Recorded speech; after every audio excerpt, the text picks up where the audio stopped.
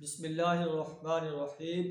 اللہم صلی علی محمد وعلی آل محمد وبارک وسلم عن ابی سعید الخدری رضی اللہ عنہ قال سمعت رسول اللہ صلی اللہ علیہ وسلم یقول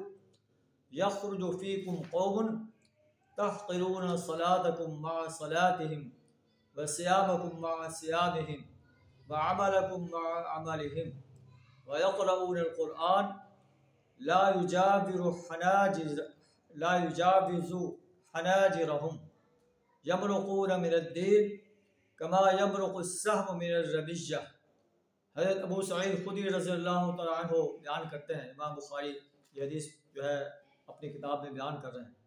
کہ میں نبی صلی اللہ علیہ وسلم سے سنا، آپ نے فرمایا کہ ایک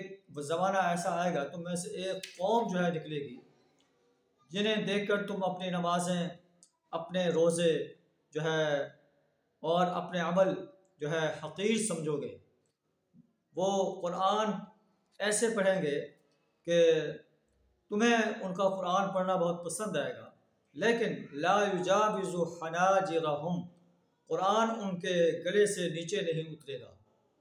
یعنی قرآن کو خوش ارحانی سے تو پڑھیں گے لیکن قرآن پر ان کا عمل نہیں ہوگا۔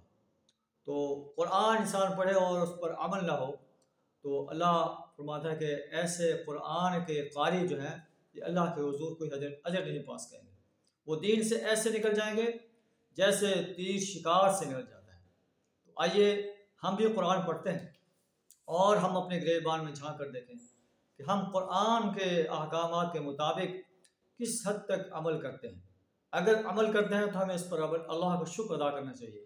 اگر نہیں کرتے تو ہمیں اپنے بارے میں سوچنا چاہیے کہ کہیں ہم اللہ کے حضور مجرم کی حیثیت سے تو نہ کھڑے، جیسے اللہ کے رسول صلی اللہ علیہ وسلم کے بارے میں آیا ہے قرآن میں سورہ فرقان میں، وقال الرسول یا رب ان قوم اتخذوا هذا القرآن مہجورا، اللہ کے رسول صلی اللہ علیہ وسلم اپنے رب سے درخواست کریں گے، ان قوم اتخذوا، یا رب اے میرے رب، ان قوم اتخذوا هذا القرآن مہجورا، میری اس قوم نے اس قرآن کو چھوڑ دیا۔ کیا ہم قرآن کو چھوڑے ہوئے تو نہیں؟ کیا ہم قرآنی احکامات پر جو ہے عمل کرتے ہیں یا نہیں کرتے؟ اگر نہیں کرتے تو ہمیں اپنے گریبان میں جھانکنا چاہیے کہ ہمارا انجام کیا ہوگا۔ اللہ سے دعا کر ہمیں اس کتاب انقلاب کو صحیح ترتیب، صحیح تجوید، صحیح تلفظ کے ساتھ سمجھ کر پڑھنے، اس پر عمل کرنے، اس کی دعوت دینے، اور قرآن جو نظام دیتا ہے اس نظام کو اس سرزمین پر غالب کرنے کے لیے اپنا مال، جان، وقت اور صلاحیت کھپا دینے کی توفیق عطا فرمائے۔ وآخر دعوانا الحمد للہ رب العالمین۔